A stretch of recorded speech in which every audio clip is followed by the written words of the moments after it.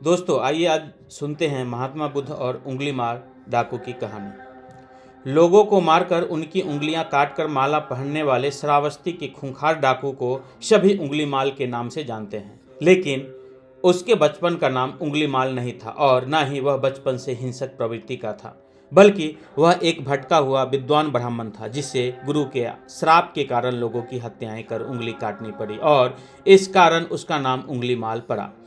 उंगली माल के बचपन का नाम था अहिंसक।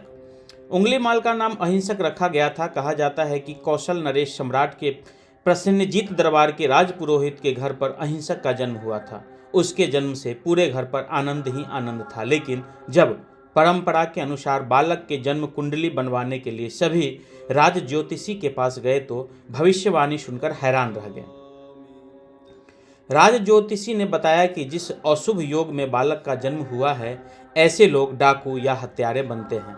यह सुनकर सभी के पैरों तले जमीन खिसक गई। तब परिवार वालों ने युग प्रचलित तर्क वितर्कों का सहारा लेते हुए यह निश्चय किया कि क्यों न बालक का नाम अहिंसक रख दिया जाए। यदि उसे बार बार इस नाम से पुकारा जाएगा तो उसके मन में कभी भी हिंसा की भावना नहीं आएगी। अहिंसक को क्यों दिया आचार्य ने श्राप? अहिंसक बचपन से ही सीखने, समझने, पढ़ने में मेधावी और कुशाग्र था। वह अपने अन्य साथियों से सभी मामले में आगे रहता था। उसके गुणों से केवल गुरु ही नहीं बल्कि आचार्य की पत्नी यानी गुरु माता भी प्रसन्न रहती थी और उससे सौम्य व्यवहार रखती थी। इस कारण अहिंसक के कुछ साथियों को उससे ईर्ष्या होने लगी। सभी अहिंसक से उलझने की कोशिश करते थे, लेकिन जीत अहिंसक की होती थी।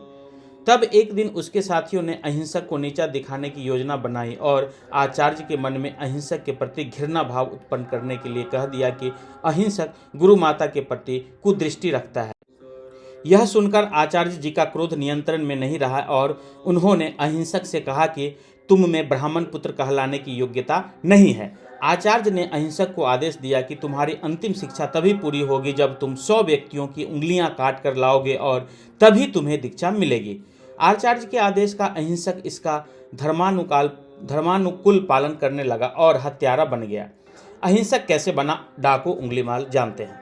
अहिंसक को डाकू उंगलीमाल कहा जाता है क्योंकि आचार्य के आदेश पर वह लोगों को मारकर उनकी उंगलियां काटने लगा।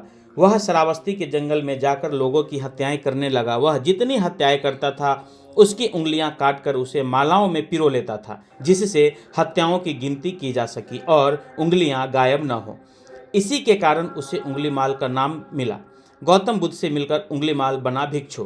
कहा जाता है जब श्रावस्ती में उंगलीमाल का भय था तभी भगवान गौतम बुद्ध अपना वर्षावास करने यहाँ आए हुए थे। लोगों ने गौतम बुद्ध को उंगलीमाल के आतंक के बारे में बताया, लेकिन वो मौन धारण करते हुए जंगल की ओर चलते गए। तभी पीछे से आवाज आई, रुक जा, कहाँ जा रहा है? बुद्ध ठहर गए और पीछे मुड़कर देखा तो उंगलीमाल खड़ा था और उसके गले में मृत लोगों की उंगलियों की माला लटक रही थी। उसके डरावने रूप को देखकर भी बुद्ध शांत और सरल थे। बुद्ध ने मधुर स्वर में कहा, मैं तो ठहर गया, भला तू कब ठहरेगा?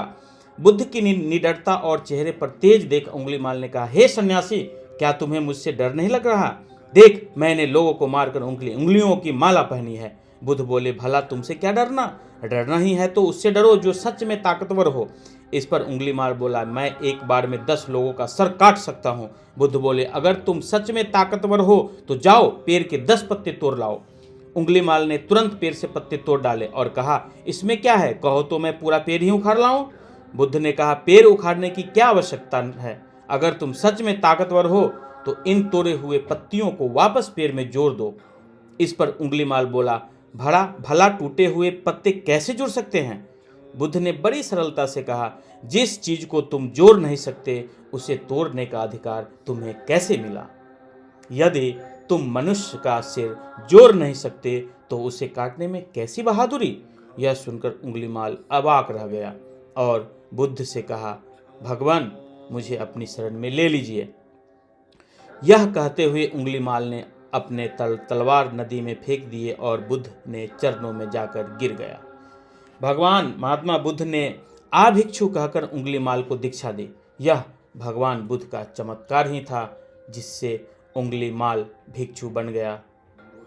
तो दोस्तों, आपको ये कहानी कैसी लगी? अगर आपको ये कहानी पसंद आई हो तो अपने दोस्तों के साथ ज़रूर शेयर करें और ऐसी ही प्यारी कहानियाँ, अनमोल वचन, पौराणिक कथा इत्यादि सुनने के लिए हमारे इस YouTube चैनल को सब्सक्राइब जरूर करें।